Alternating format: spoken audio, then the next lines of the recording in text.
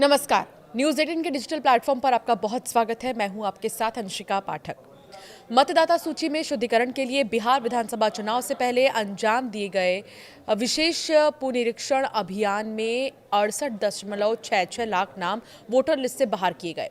मसौदा सूची में हटाए गए 65 लाख का ब्यौरा पहले ही आयोग ने दे दिया था, जबकि फाइनल लिस्ट में हटाए गए 3.66 लाख अयोग्य करार दिए गए हैं। ये आंकड़ा मसौदा सूची में शामिल मतदाताओं का था। सर्वोच्च अदालत ने इन्हीं का ब्यौरा आयोग से तलब किया है।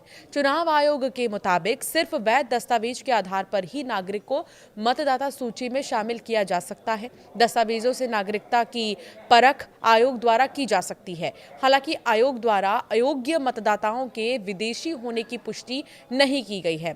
सुप्रीम कोर्ट में चुनाव आयोग की तरफ से पेश होने वाले वरिष्ठ अधिवक्ता की तरफ से उनके मुताबिक सिर्फ भारतीय नागरिक ही देश की लोकतांत्रिक व्यवस्था में मतदान का अधिकार रखते हैं। आयोग दस्तावेजों के आधार पर योग्यता और अयोग्यता की परख करता है, यानी दस्तावेजों में संशय होने की स्थिति में नागरिकता की परख भी की जाती है। भारतीय संविधान के अनुच्छेद 326 के अनुसार मतदाता बनने के लिए व्यक्ति का भारत का नागरिक होना बहुत जरूरी है। बिहार में SIR प्रक्रिया की शुरुआत 24 जून को की गई। आयोग ने 30 जून को स्पष्ट किया कि 2003 की मतदाता सूची में शामिल 4.96 करोड़ मतदाताओं यानी करीब 60% को कोई दस्तावेज जमा नहीं करना होगा। इसके बाद 1 अगस्त को मसौदा सूची जारी हुई और 65 लाख नाम हटा दिए गए। इसमें 22 लाख मृत, 35 लाख जो है अस्थायी रूप से पलायन या फिर उनका पता नहीं चल पाया, 7 लाख एक से ज्यादा स्थानों पर पंजीकृत थे। सुप्रीम कोर्ट के निर्देश पर यह सूची राजनीतिक दलों और आम जनता के लिए वेबसाइट पर अपलोड की गई। फाइनल वोटर लिस्ट 30 सितंबर को जारी की गई। अंतिम मतदाता सूची में कुल 7.42 लाख मतदाता शामिल हैं, जो इस साल 24 जून को 7.89 करोड़ मतदाताओं की संख्या से लगभग 6% कम है। कुल 68.66 लाख लोगों के नाम बाहर हुए हैं।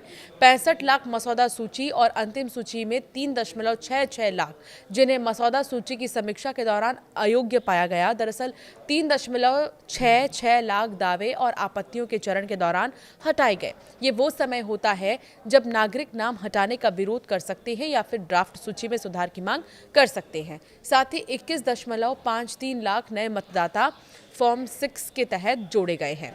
सूत्रों के मुताबिक अंतिम सूची में 3.66 लाख और हटाए गए नामों में से 2 लाख से भी ज्यादा प्रवास के कारण, लगभग 60,000 मृत्यु के कारण और 80,000 डुप्लीकेसी यानी कि 2 स्थानों पर नामांकित के कारण हटाए गए हैं। बाकी 1.66 लाख के दस्तावेजों की सघन जांच फिलहाल की जा रही है। सूत्र ये बताते हैं कि हटाए गए विदेशियों का प्रतिशत अगर कोई हो तो ना के बराबर रह जाता है। जब जून में SIR की घोषणा की गई थी तो विपक्षी दलों ने चुनाव आयोग की आलोचना की थी और आरोप लगाया था कि वो परंपरा तोड़ रहा है और नागरिकता जांच का प्रयास कर रहा है। आयोग के मुताबिक SIR क्यों? अब सवाल ये भी उठता है। तो SIR की समाप्ति पर एक बयान में चुनाव आयोग ने कहा, ये प्रक्रिया संविधान के अनुच्छेद 326 और चुनाव आयोग के आदर्श वाक्य कोई भी पात्र मतदाता छूटने ना पाए और कोई भी अपात्र व्यक्ति मतदाता सूची में शामिल न हो सके, इसके अनुरूप की गई थी।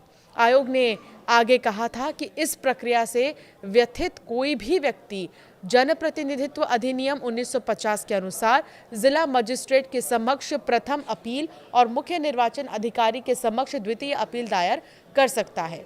पूरे देश में SIR होगा, ऐसी हलचल, अब ऐसी सुगबुगाहट, ऐसी आवाजें आने लगी हैं। बिहार के अनुभव के आधार पर आयोग द्वारा SIR प्रक्रिया की समीक्षा करने और देश के बाकी हिस्सों में SIR लागू करने की विधि और समय पर निर्णय लेने की उम्मीद है। हालांकि चुनाव आयोग ने 10 सितंबर को सभी राज्यों के मुख्य निर्वाचन अधिकारियों की एक बैठक आयोजित की थी, जहां बिहार में इस प्रक्रिया पर एक प्रस्तुति दी गई थी और पात्रता प्रमाण के लिए आवश्यक दस्तावेजों की सूची पर प्रतिक्रिया मांगी गई थी। हालांकि चुनाव आयोग ने अभी तक देशव्यापी SIR के कार्यक्रम की घोषणा नहीं की है। चुनाव आयोग ने 24 जून को पूरे देश के लिए एक एसआईआर को लेकर निर्देश जारी किए थे, लेकिन इसकी शुरुआत बिहार से हुई क्योंकि राज्य में नवंबर में विधानसभा के चुनाव होने हैं। आदेश के अनुसार सभी मौजूदा 7.89 करोड़ मतदाताओं को गणना फॉर्म भरना अनिवार्य था और 2003 के बाद पंजीकृत सभी मतदाताओं को जब राज्य में अंतिम गहन पुनरीक्षण हुआ था, नागरिकता सहित अपनी पात्रता साबित करने के लिए दस्तावेज जमा करने आवश्यक थे। तो फिलहाल इस पर जो है कोर्ट की तरफ से भी प्रतिक्रियाएं कई बार सामने आ चुकी हैं। कोर्ट ने कह दिया था कि जितने भी नाम हटाए गए हैं उनको वेबसाइट पर डाला जाए और उनके रीजंस भी डाले जाएं कि आखिर इनके नाम क्यों हटाए गए हैं। लेकिन अब इसकी सुगबुगाहट है, पूरे देश में इसको जो है लागू करने को लेकर चर्चा हो रही है। हालांकि शुरुआत इसलिए बिहार से की गई क्योंकि बिहार में इलेक्शंस हैं, लेकिन अब ये देखना होगा कि अगला नंबर किसका। आपकी क्या राय है, हमें ज़रूर कॉमेंट कर बताएं।